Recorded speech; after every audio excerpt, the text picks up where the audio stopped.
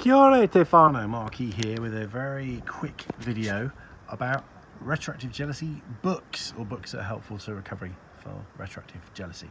So it's just a quickie. I'm just sitting outside looking at the sea. It's all rather nice. I've been sorting out some books, so I thought now is a good time to dig them out and show you. So some of the books I'm going to show you I don't actually like and some of them I haven't actually read. And one of them I recommend you don't read. So it's going to be interesting, isn't it? That's that's a good way to start, I guess. Okay, so this one we'll start with first. Let's get the others out of the way because I'm going to spoil the surprise of the reveal of one book after another. So, Post-Romantic Stress Disorder by John Bradshaw.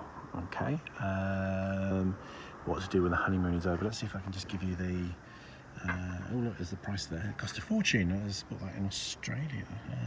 Yeah, well, in Australia. So right, you want the details, don't you? Piatkus Press, ISBN 9. Can you see that?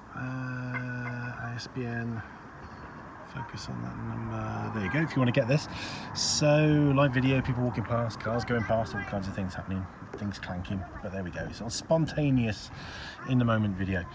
So this isn't about retroactive jealousy, but it's kind of interesting. So what it talks about is that with new relationships, there's this honeymoon, which we all enjoy. We're blissfully in love and blah blah blah. And then after a certain period of time, it gets gritty.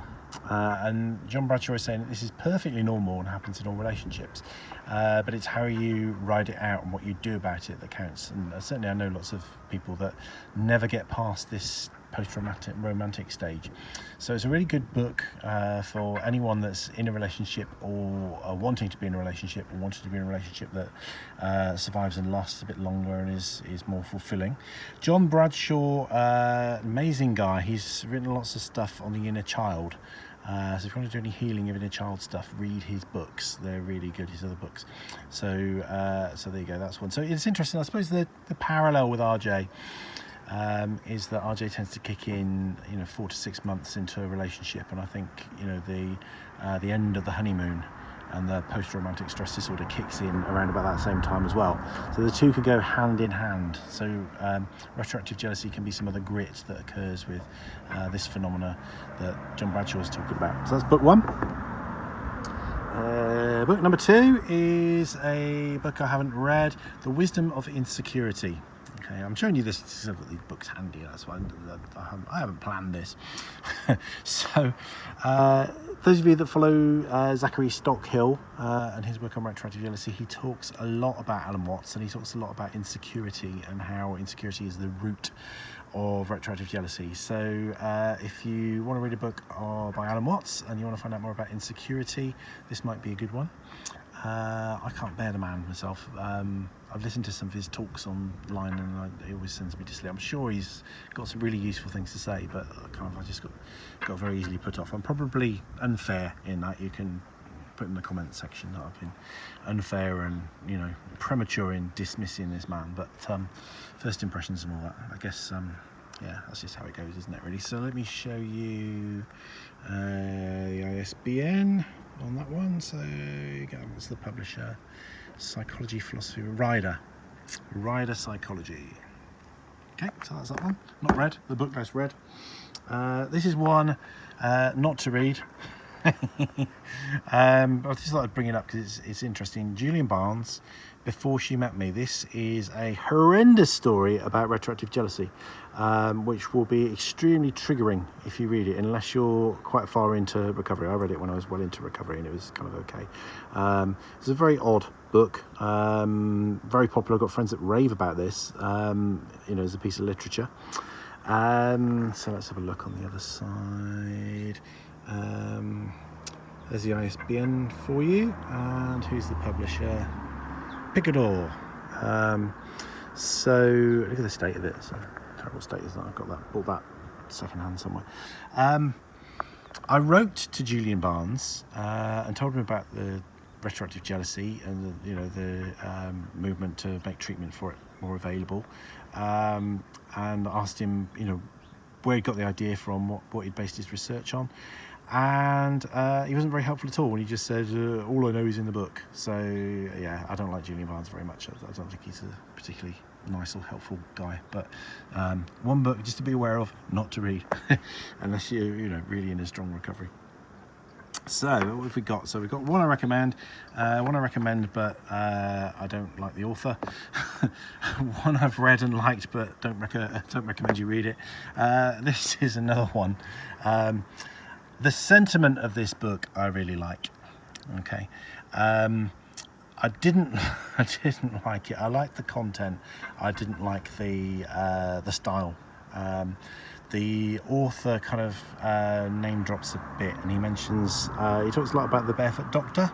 So I don't know if any of you are familiar with the Barefoot Doctor. I love the Barefoot Doctor. He teaches a lot of Taoism, sort of medicine, personal development, martial arts, you name it. Kind of, basically a Taoist healer in the Chinese tradition, who is very humorous. And this guy, John C. Parkin, there he is. Where's the name?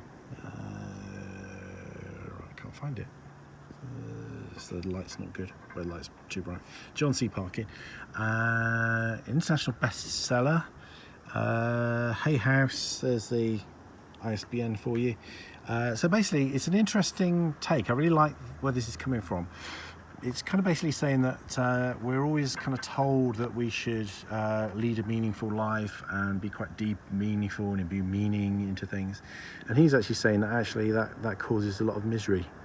So what he's saying is, money worries are worse because we put so much meaning into money. Relationship worries are worse because we put so much meaning into a relationship. We kind of romanticize and we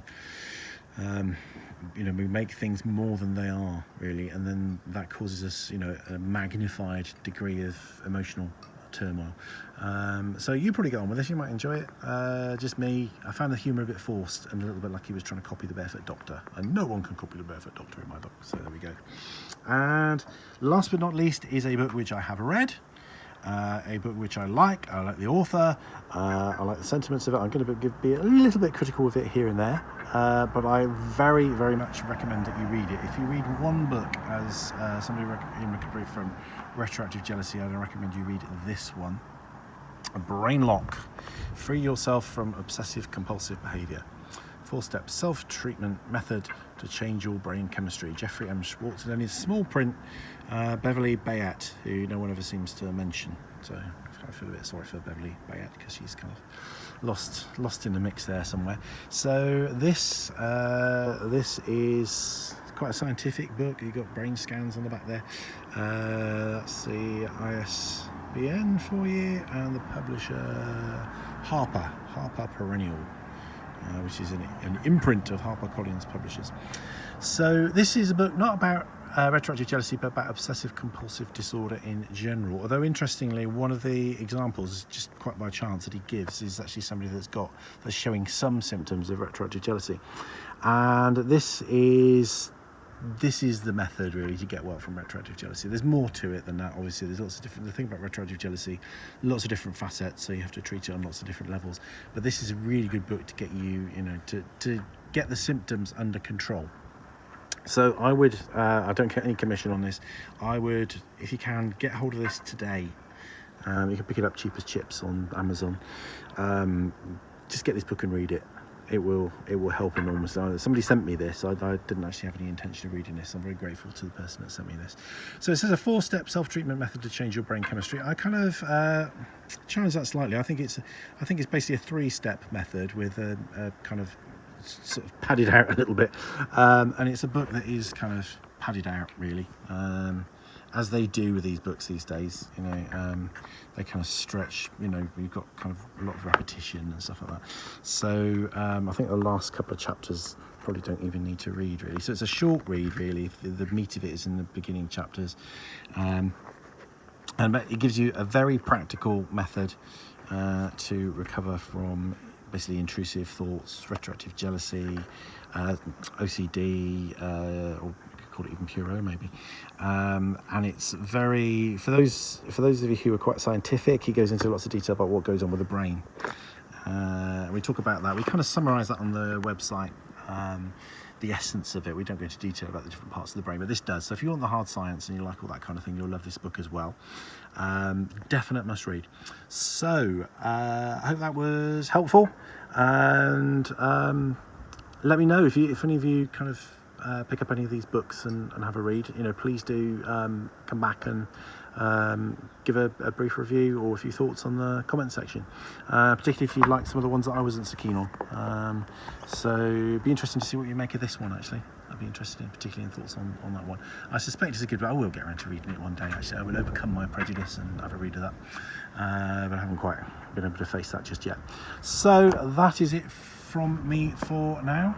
Rangimarie.